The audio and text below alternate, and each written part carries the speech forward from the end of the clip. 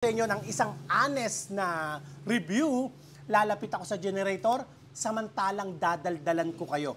Na ang intensyon natin para makita nyo po kung gaano po katahimik, kaya po niyang paandarin dalawang aircon na 1.5 horsepower, dalawang ref, dalawang TV, dalawang ventilador, internet at laptops. Sinasabi po natin ang presyo, hindi uso rito ang PM send or check your inbox or kaya ay PM is the key. Gusto ko, diretsuhan tayo at meron tayong transparency sa ating pong mga customer.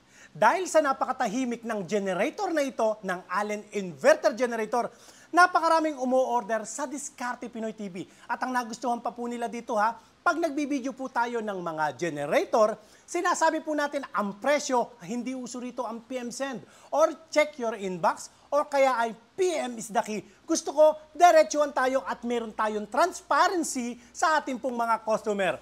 Welcome pong muli dito po sa ating pong vlog, Diskarte Pinoy TV. Testingin po natin at ipakikita ko po sa inyo ng isang review. Lalapit ako sa generator, samantalang dadaldalan ko kayo. Na ang intensyon natin para makita nyo po kung gaano po katahimik. Kung maingay ang generator, hindi na tayo magkakaintindihan.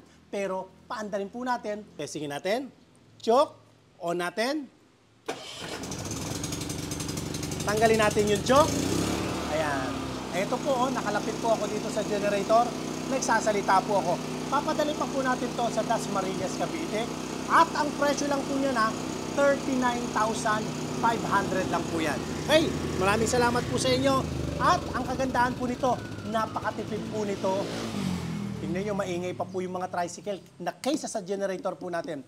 At ang kagandahan po nito, ang kagandahan ng generator na ito po, napakatipid po nito sa gasolina. Ibang mga generator, yung mga ordinary generator, mahigit 1 litro kada oras. Samantalang ang generator na ito, wala pa pong 1 litro. Approximately, mga 600 to 800 ml kada isang oras ang konsumo po nito.